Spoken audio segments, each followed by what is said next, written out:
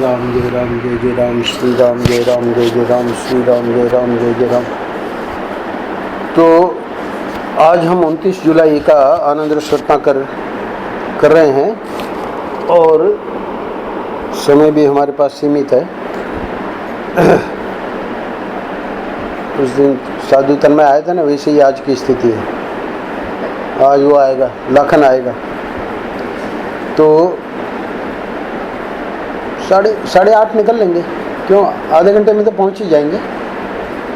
श्याम जी यहाँ से कात्यायनी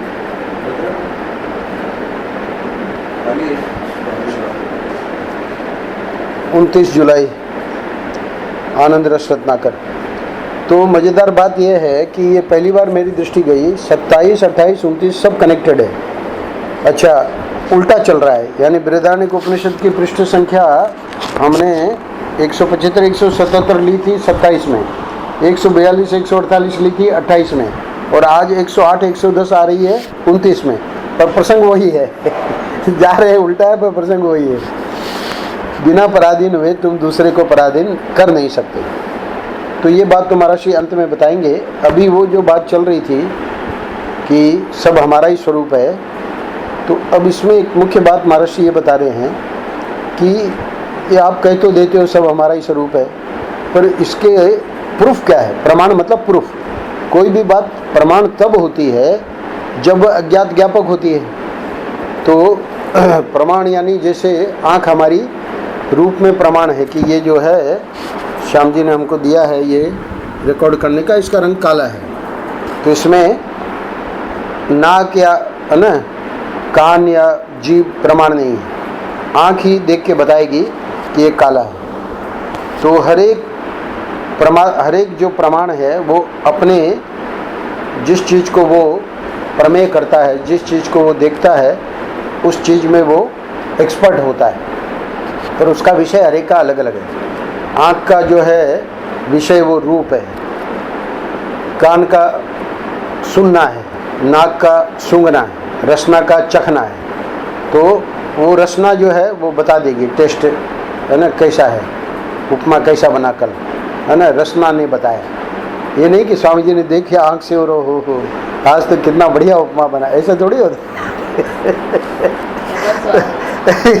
तो यानी प्रमाण जो है, क्योंकि बाद में खाने में हो सकता है कि वो ठीक तो बहुत बढ़िया रहा है और खाने में अरे रे जाके, मतलब अभी वो सलाद ले आई थी माँ जी, वो रात को रखवा दिया था फ्रिज में। अपना फ्रिज तो ऐसे ही चलता है, तो सुबह जो है वो तो सड़ गया और वो कह रही कि उसमें वो सॉस डालते हैं तो सॉस की गंध है। मैंने कहा सॉस की गंध नहीं है माँ जी हाँ, अब वो दिखने में इतना बढ़िया दिख रहा है, बड़ी सजावट और बड़ा प्लेट में तो कहने का मतलब उसमें प्रमाण जो है, क्योंकि अब वो क्या है, 2 प्लेटें लाई, दोनों प्लेटें रखवा दी, खुद चली गई वहाँ बालाजी आश्रम में रह गए वो लोग। तो बालाजी आश्रम में रहे तो सुबह आए तो हमने कहा कि दोनों प्लेटें निकाली हमने, रात को रख गई थी, रात को 8 बजे आए थे। तो हमने कहा ये आप रख लो और एक अपना। तो बोले नहीं आप भोग लगाओ वो हमारा ऐसा दुर्भाग्य तो चम्मच चले गए। हाँ नहीं तो कोई बात नहीं, नहीं बात सच्ची है, उनके सामने किया ना। तो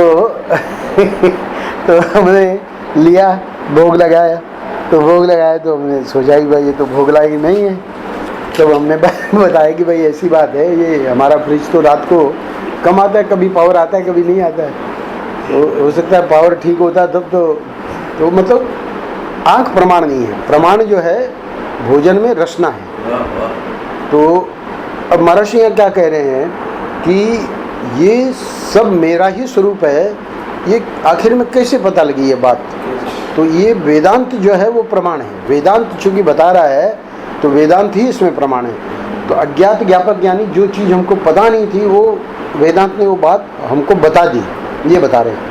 कोई भी बात प्रमाण तब होती है जब वह अज्ञात ज्ञापक होती है। हम जान नहीं रहे थे पर हमने जान लिया। तो कोई भी बात प्रमाण तब होती है, तो प्रमाण का अर्थ ही वही है। हम जान नहीं रहे थे कि उपमा इतना बढ़िया बना सकती है रचना, पर वो कल पता लग गया, है ना। जब चखा तब पता लगा कि भाई बड़ा प्रेम से बनाया। है ना। जब अज्ञात ज्ञापक होता है, यानी अज्ञात था, अब तक तो उपमा में उतना स्वाद नहीं आया था, पर जब ज्ञापक हो गया तो पता लग गया कि हाँ भाई अच्छा भी बना सकते हैं। हो सकता है कि बहुत प्रेम से बनाया इसलिए उसमें अच्छाई आ गई है ना। तो ये जो अपना आत्मा है, ये तो हो गई खाने पीने की बात। ये जो अपना आत्मा है, इतना तो ज्ञात है कि वह है, इतना तो मालूम है कि मैं हूँ, परंतु अब इसके बारे में बहुत सारे प्रश्न हैं श्याम जी, वही प्रश्न महर्षि बता रहे हैं। परंतु ये पापी है कि पुण्यात्मा है, अच्छा सुखी है कि दुखी है, अच्छा अथवा एक और प्रश्न है, पाप पुण्य और सुख दुख से न्यारा है, मतलब उससे कोई मतलब ही नहीं है। पापी पुण्यात्मा सुखी दुखी ये सब तो जो है अपना अंतःकरण अपना मन है वो होता रहेगा, और ये जो है आत्मा ये तो बिल्कुल असंग है। ऐसा हो सकता है, मतलब हमको नहीं पता है ये। अच्छा अथवा कि केवल साक्षी मात्र है, केवल एक शरीर का, अच्छा साक्षी कहो कि वो तो सिर्फ मतलब प्रकाशित करता है बातें जो हैं, वो स्वयं सुखी दुखी या पापी पुण्यात्मा नहीं बनता, वो सिर्फ जो भी चीज़ें सामने आती है उसको प्रकाशित करता रहता है। साक्षी का मतलब उसको देखता रहता है। तो फिर साक्षी जो है वो केवल एक शरीर का ही साक्षी है कि सर्वात्मा है? अच्छा साक्षी में क्या है कि आपका ऐसा लगेगा कि आपका आत्मा आपकी चीज़ों का साक्षी है, मनोहरी का आत्मा मनोहरी की जो चीज़ें हैं मन में और है ना उनका साक्षी है, हमारा आत्मा गोविंदानंद जी को क्या करना है ना, अंदर की जो चीज़ें हैं वो सब उसको पता लगती है। तो ये एक एक शरीर का साक्षी एक एक आत्मा है या एक ही आत्मा है और सब शरीरों का साक्षी है, ये प्रश्न है। तो कह रहे हैं केवल एक शरीर का ही साक्षी है कि ये सर्वात्मा है। सर्वात्मा मतलब सबका एक ही आत्मा है और वो सबका मतलब देखता रहता है। आत्मा के बारे में ये सब कुछ मालूम नहीं है। तो वेदांत की सार्थकता ही इसमें है कि यह बताता है। वेदांत क्या बताता है बताइए महाराज? बोले सर्वम यद अयम आत्मा, ये जो कुछ है सब अपना आत्मा ही है। सर्वात्म भाव जो है वह किसी को सहज रूप से प्राप्त नहीं है। तो ये इतनी बात जब महर्षि ने बता दी तो कल का और परसों का ये 2 दिन का जो ये प्रसंग चल रहा है वो अब पकड़ में आ गया कि इसके ऊपर बहुत ही अनुसंधान करना पड़ेगा, इसके ऊपर बहुत ही विचार करना पड़ेगा कि वेदांत प्रमाण तो है पर हमारी श्रद्धा है कि नहीं वेदांत में, क्योंकि हम तो ये बात नहीं मानते कि भाई एक ही आत्मा है, एक ही सबका साक्षी है ना। तो फिर वो वेदांत में इसीलिए वो 4-5 साल लगाने पड़ेंगे कि उसको अच्छी तरह से महात्मा लोग बैठा देंगे हमारे दिमाग में। भाई बैठा देंगे मतलब ज़बरदस्ती नहीं, समझा के उसको। यही वेदांत की खूबी है। एक तो है कि भाई जैसा बताया वैसे आपको मानना पड़ेगा, है ना, इसमें कोई आप प्रश्न नहीं कर सकते। तो ये तो बाकी जितने धर्म हैं उनके बारे में ये बात है। सनातन धर्म की खूबी यही है कि व्यक्ति को पूर्ण स्वतंत्रता है। आपको जो बात समझ में नहीं आई है पूछो, है ना। जैसे विज्ञान का अब्दुल कलाम तो मर गया, है ना, पर विज्ञान का जैसा विद्यार्थी है तो प्रश्न करता है, उसको लेबोरेटरी में ले जाके दिखाया जाता है कि है ना ऐसे प्रयोग करके इसे देखो H2 और O, 2 हाइड्रोजन का लिया 1 ऑक्सीजन का लिया, पानी बन गया कि नहीं? H2O water. तो भाई ऑक्सीजन और 2 हाइड्रोजन का पानी कैसे बन गया? तो बाकायदा उसका है ना लेबोरेटरी में पानी बना के बताते हैं। तो ऐसे ही यहाँ पर वेदांत प्रमाण में जो ऋषि लोग हैं महात्मा लोग हैं वो जो जिज्ञासु है उसके प्रश्नों का उत्तर देंगे, है ना। उसके अंदर जो जो जिज्ञासा जो जो उसके अंदर शंका उसका समाधान करेंगे। तो ये कुल मिला के उसका लबोलबाब क्या है? महर्षि कह रहे हैं वेदांत की सार्थकता ही इसमें है। बृहदारण्यक उपनिषद पर प्रवचन कर रहे हैं ना, तो वहाँ पर बहुत ऐसे प्रसंग आए हैं जिसमें याज्ञवल्क्य मैत्री का संवाद है ना, जनक और याज्ञवल्क्य का संवाद है, और भी बहुत से महापुरुषों का संवाद है। बहुत बड़ा उपनिषद है। तो उसमें महर्षि ने मुख्य मुख्य प्रसंग लिए हैं। तो वहाँ पर महर्षि ये बताना चाह रहे हैं कि ये जो महापुरुष लोग किस भूमिका में पहुँच जाते हैं साधना करते करते करते करते ईश्वर की कृपा से, गुरु की कृपा से, कि उनको सब अपना स्वरूप दिखाई देता है। जैसे ईश्वर जान रहा है कि ये सब मेरा ही स्वरूप है, वही ज्ञान महात्मा का है। इसलिए कह रहे हैं सर्वम यद अयम आत्मा, है ना, ये जो कुछ है सब अपना आत्मा ही है। तो परसों भी यही बात कही थी महाराष्ट्र ने। वेदांत बताता है कि बस तुम ही तुम हो, तुम्हारे सिवाय कुछ नहीं है। व्यवहार में तुम ही तुम हो, स्वप्न में तुम ही तुम हो, सुषुप्ति में तुम ही तुम हो, समाधि में तुम ही तुम हो, वैकुंठ स्वर्ग नरक में तुम ही तुम हो, जहाँ तुम अपने को देखते हो वहाँ तुम ही तुम हो, है ना, दूसरा तो है ही नहीं। यह वेदांत की शिक्षा है। कल भी इसी बात को बता रहे थे, सर्वम यदयम आत्मा, ये सब परमेश्वर है, परमात्मा है ना। तो उसमें ये भी बात महर्षि ने कल स्पष्ट कर दी कि हमको क्यों नहीं अनुभव हो रहा है। तो बोले हम तो अपने एक ही शरीर को लेके बैठे हैं ना। अब जो देश का राजा है वो पूरे सारे देश की भलाई की दृष्टि से देखता है। तो ये महात्मा लोग जो हैं वो तो ईश्वर के अनुभव में पहुंच गए ना। तो ईश्वर तो पूरे अपनी सृष्टि को देख रहा है। तो उस अनुभव की बात यहाँ की जा रही है। अब उस अनुभव की बात से हमारा क्या फ़ायदा होगा, है ना। तो फ़ायदा ये होगा, महर्षि कह रहे हैं कि उपनिषद एक ऐसी बात बताती है कि जिसमें तुम्हारी सिवाय दूसरी कोई वस्तु नहीं है। भाई ये तो हम सुन रहे हैं 3 दिन से, आप बताइए ना कि हमारा इसमें फ़ायदा क्या है। अर्थात तुम ही सब हो, बताने के लिए उपनिषद की प्रवृत्ति हुई। चलो ये भी बात समझ में आ गई।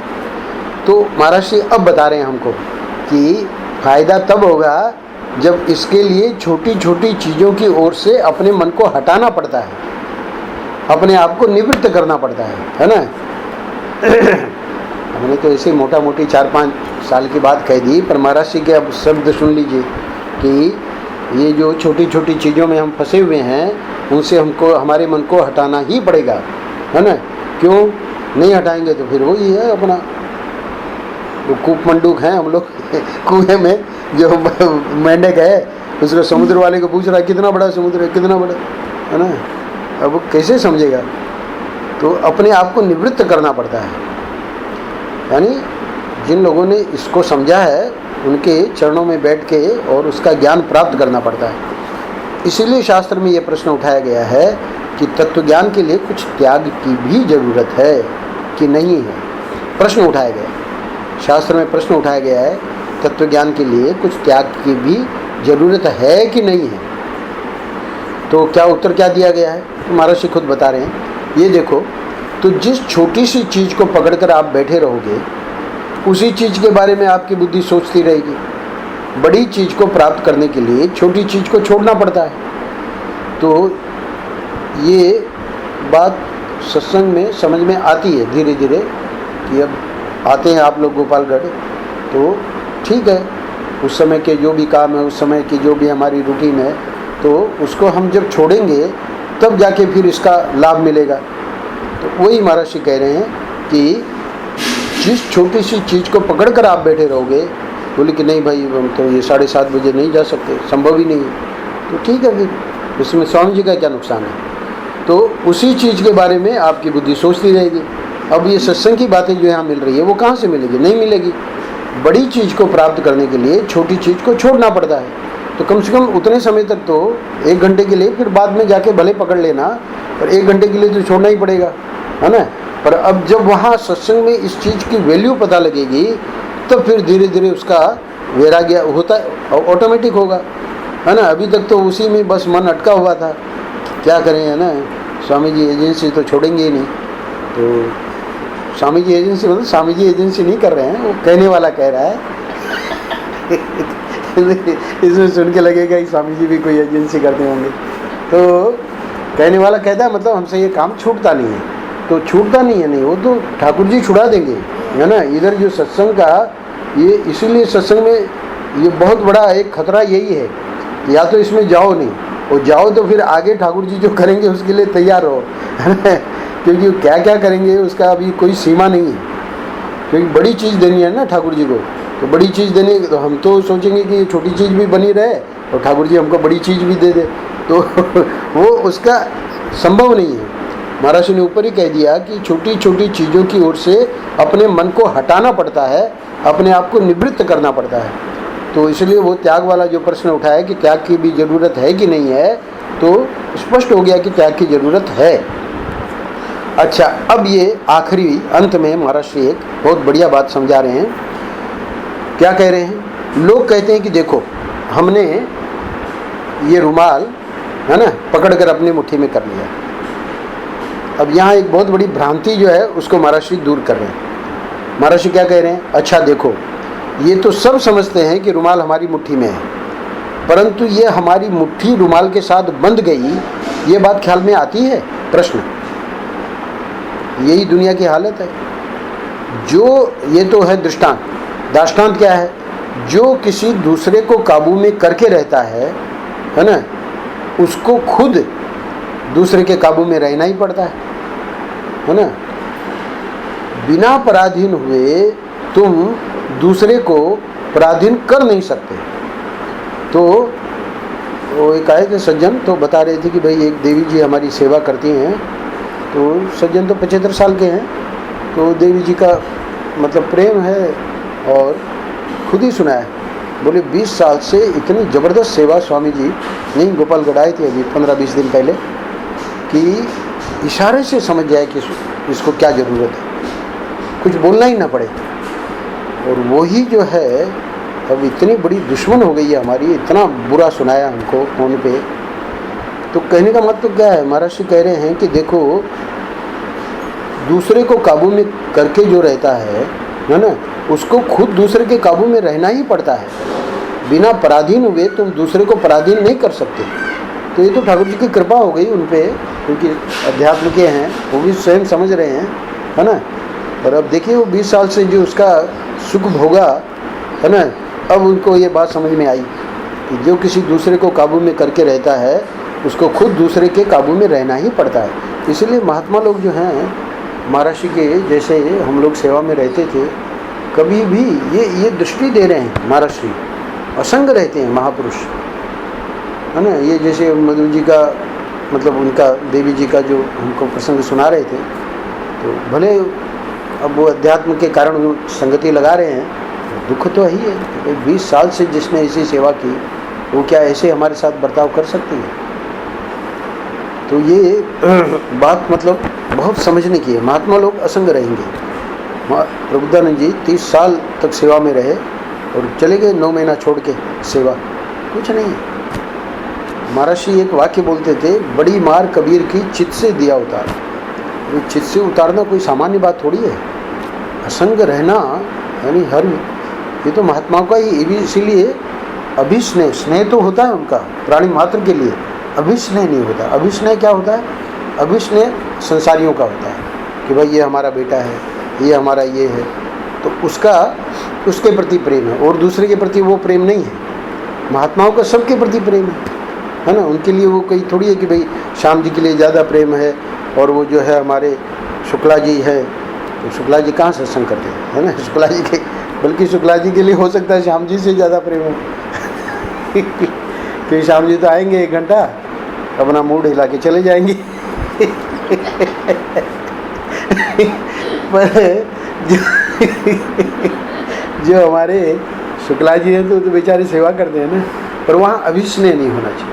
अभिस्नेह अगर होगा शुक्ला जी के प्रति तो स्वामी जी को दुखी होना पड़ेगा। यहाँ बता रहे हैं, जो किसी दूसरे को काबू में करके रहता है, उसको खुद दूसरे के काबू में रहना ही पड़ता है। बिना पराधीन हुए तुम दूसरे को पराधीन कर नहीं सकते। एक और दृष्टांत देते हैं महर्षि। रस्सी में एक लकड़ी को बांधना चाहो, है ना, ये लकड़ी है और वहाँ से रस्सी आ गई, हमने बांधा, तो हमको क्या लग रहा है कि लकड़ी बंध गई। तो केवल लकड़ी बंधेगी ऐसा सोचते हो? नहीं, जब लकड़ी बंधेगी तो उसके साथ साथ रस्सी भी बंध जाएगी। तो इसलिए जहाँ द्वैत का संबंध होगा, है ना, संबंध के साथ बंधन भी अवश्य होगा। अब चूंकि ये बीच में से लिया है ना, तो बीच में से पैराग्राफ लिया, तो इसके आगे पीछे जो है उसमें प्रसंग यही है कि सर्वम यदयम आत्मा की जो दृष्टि है, जिस महापुरुष को प्राप्त है कि मैं ही सब रूपों में हूँ, तो वहाँ द्वैत नहीं रहा। ये अब तक जो 3 पृष्ठों में बात बताई गई है, कल बदल जाएगा प्रसंग, कल का अध्यात्म रामायण से है। तो ये 3 पृष्ठ जो है बृहदारण्यक से, क्रम से तो नहीं है बल्कि उल्टा ही है क्रम, पर बात जो है वो बहुत हमारे काम की है। वो क्या है कि महात्माओं से सुनो, है ना, वो वेदांत प्रमाण से आपको समझाएंगे कि यथार्थ क्या है, असलियत क्या है। क्योंकि ये जो बंधना और ये जो दुख, ये तो कभी मिट नहीं सकता। अगर इसी प्रकार गाड़ी चलती रहेगी तो गाड़ी तो आगे ज्ञान होने के बाद भी चलनी ऐसे ही है, पर वो जो बुद्धिमानी जो मिल जाएगी, जो हमारे को जो ज्ञान प्राप्त हो जाएगा, है ना, तो उस ज्ञान के द्वारा हमको फिर वो सुख दुख व्यापेगा नहीं। अभी तो सुख भी व्याप जाता है, सुख का व्यापना भी बहुत खतरनाक है, क्योंकि जिसको सुख व्यापेगा उसको दुख जरूर व्यापेगा। तो इसलिए दोनों में समत्व चाहिए। तो समत्व कौन रह सकता है? जिसको ये दृष्टि प्राप्त होगी शास्त्रों से, है ना, गुरु के सत्संग से, शास्त्रों के सत्संग से क्या दृष्टि प्राप्त होगी कि वो जो है कहीं पे हमको अटकना नहीं है, किसी के पराधीन होने की जरूरत नहीं है ना। बता ही दिया, डॉक्टर ने कह दिया 1 महीना आपको ही किचन में रहना है ना। हम कैसे किचन में रहेंगे, रहना ही पड़े तो पराधीन नहीं रहना। तो अब हमारे पिताजी थे तो वो सब जानते थे, पूरा कुकिंग जानते थे, बल्कि हम लोगों ने भी पिताजी से ही सीखा। क्योंकि माताजी जब 2-3 दिन उनको नहीं छूना होता था घर में, और तो कोई लेडी मेंबर थी नहीं, बहनें हमारी थी नहीं, पिताजी सब करते थे। तो वो तो अपना एक्सपर्ट है, मिठाई बना ले, सब रोटी बना ले, दाल बना ले, कढ़ी बना ले, है ना, सब बढ़िया बढ़िया चीज़ें बना ले। पर अब काम चलाओ तो हमको भी सीखना ही पड़ा। तो ये है, पराधीन मत रहो। अब तन्मय साधु सीख जाएगा तो वहाँ आनंद में रहेगा पर अब जो है वो वहाँ से फ़ोन करके पूछेगा, यहाँ नहीं सीखेगा तो वही तो तन्मय साधु है ना। तो कह रहे हैं महाराज श्री कि क्या है, पराधीन जो है, जो किसी दूसरे को काबू में करके रहता है, उसको खुद दूसरे के काबू में रहना ही पड़ता है। बिना पराधीन हुए तुम दूसरे को पराधीन कर नहीं सकते।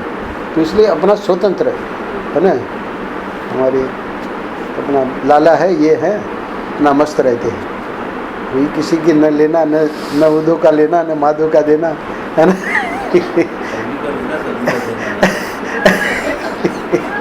तो इसी को स्वतंत्रता कहते हैं, है ना।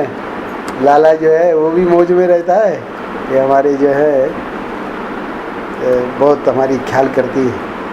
तो बढ़िया है, यही ऐसे ही जीवन होना चाहिए। अच्छा, हमारे सामने घड़ी भी है, मैं हमेशा वहाँ देखता था, अभी देख रहा हूँ कि सामने ही है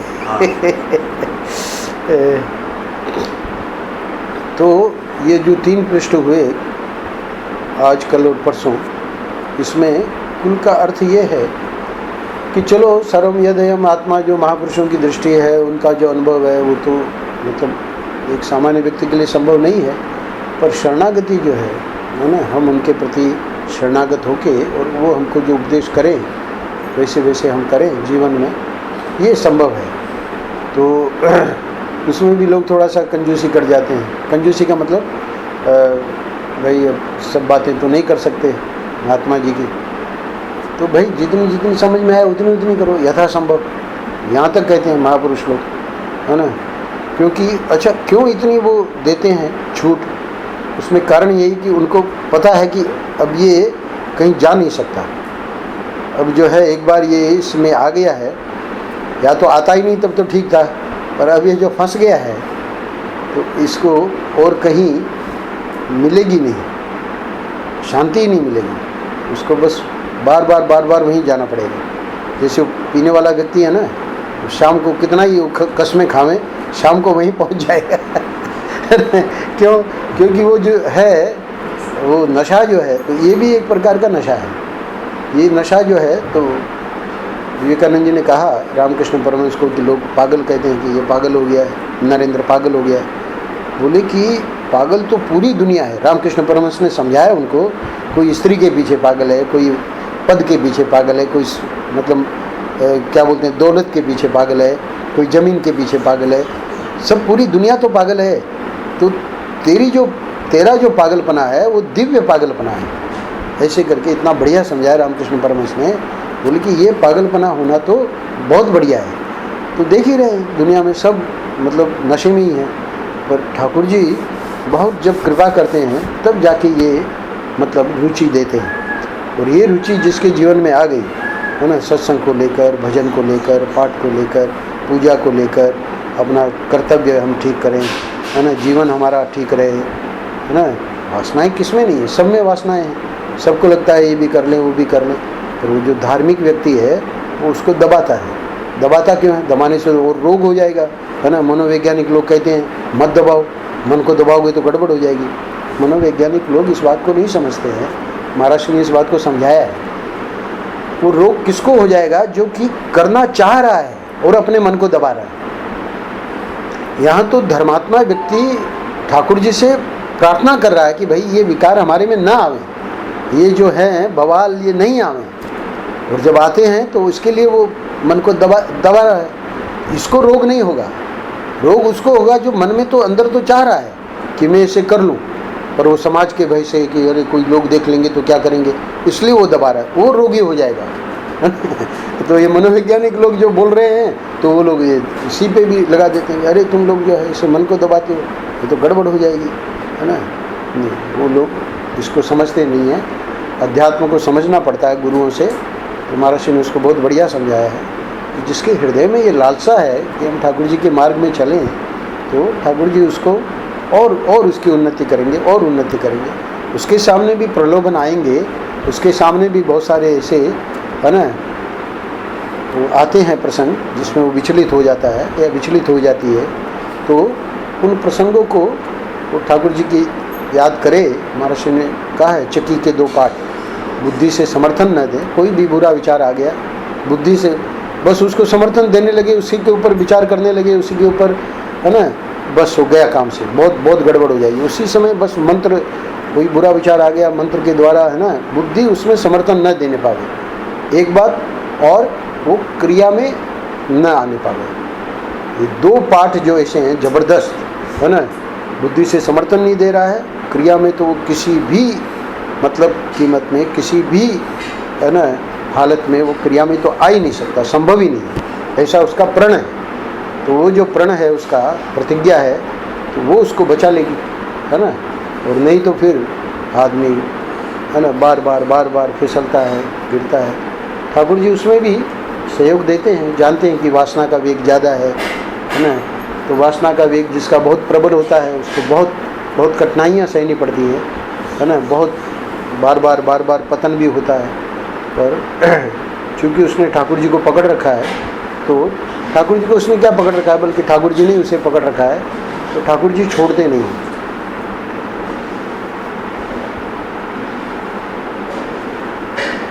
वो जो चतुर्वेदी जी आपके घर आए थे, उन्होंने कहा कि हमारे सामने बहुत विपत्तियाँ आई, बहुत विपत्तियाँ। अध्यात्म के मार्ग में चल तो हम रहे हैं 25-30 साल से, पर ये प्रश्न उन्होंने हमको भी पूछा था। इस बार हमको बताया कि एक महात्मा आए, और हमने कहा, बोले कि अभी भी हमको महात्मा का चेहरा याद है। हमने महात्मा जी कहा कि महाराज ये क्यों हो रहा है हमारे साथ ऐसा। उन्होंने भिक्षा की हमारे यहाँ, हमने ये प्रश्न किया, तो उन्होंने हमको एक कथा सुनाई सदना कसाई की। सदना कसाई को सत्संग करते करते ऐसे मन में हुआ कि जगन्नाथपुरी चले। अभी रामानंद जी के शिष्यों में कुछ 12 या ऐसे कुछ हैं, 14, बहुत ज़बरदस्त, सब अलग अलग जाति के, कोई नाई, कोई कसाई, है ना, कोई बढ़ई, और सब उच्च कोटि के महापुरुष हैं। उसमें सदना कसाई भी एक है। तो उनकी कथा तो मैंने सुन रखी थी, तो उन्होंने चतुर्वेदी जी ने सुनाई। तो पुरी के दर्शन करने, अभी आप लोग तो यहीं कर लिए उस दिन रथ में, और आप लोग कहे भी हैं पुरी, सब लोग।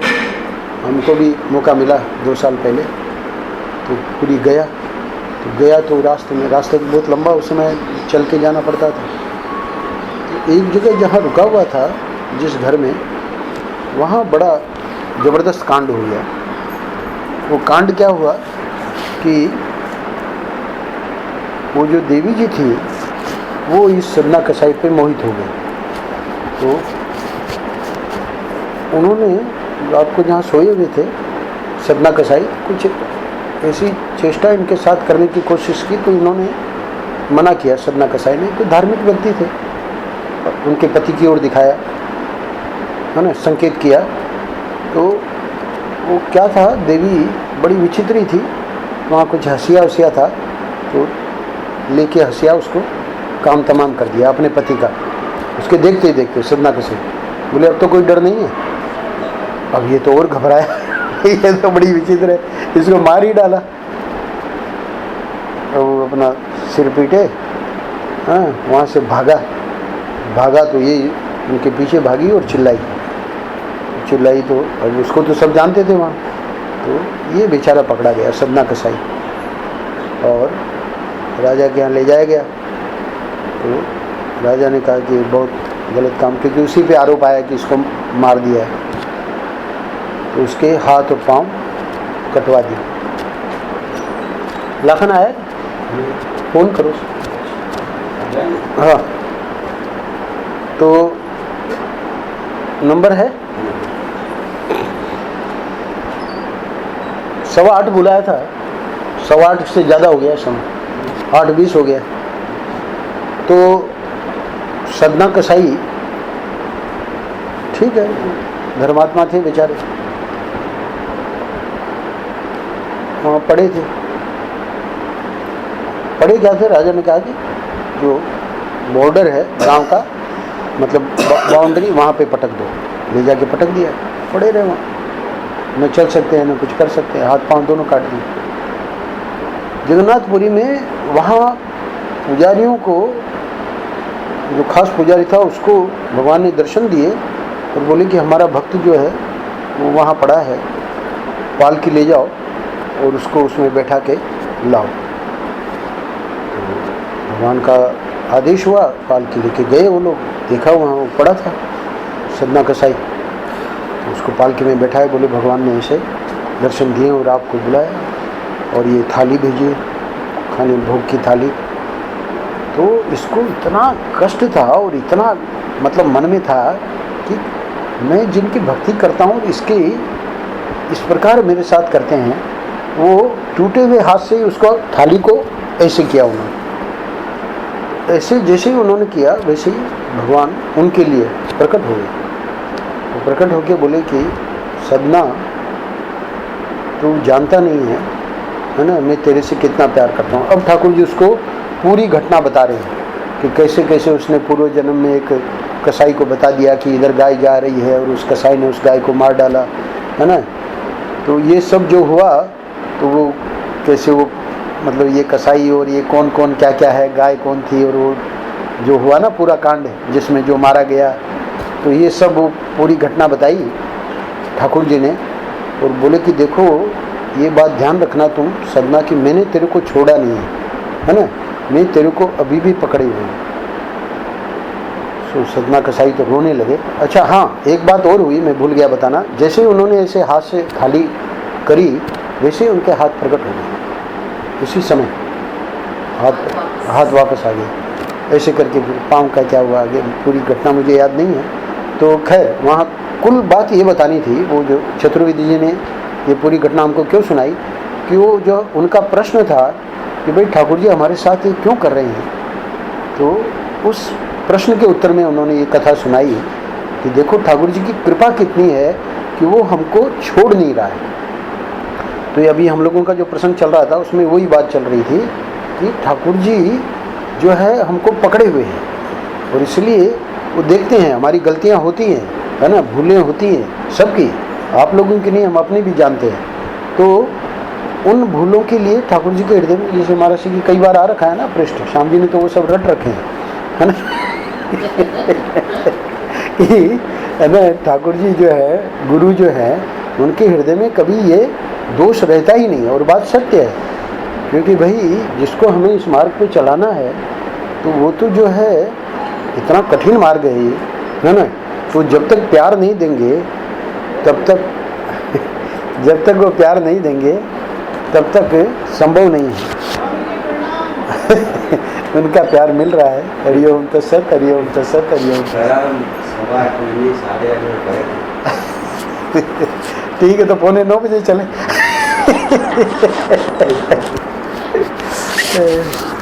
वो जब कह रहे 8:30 बजे क्या था तो हम फिर 9:45 ही निकले।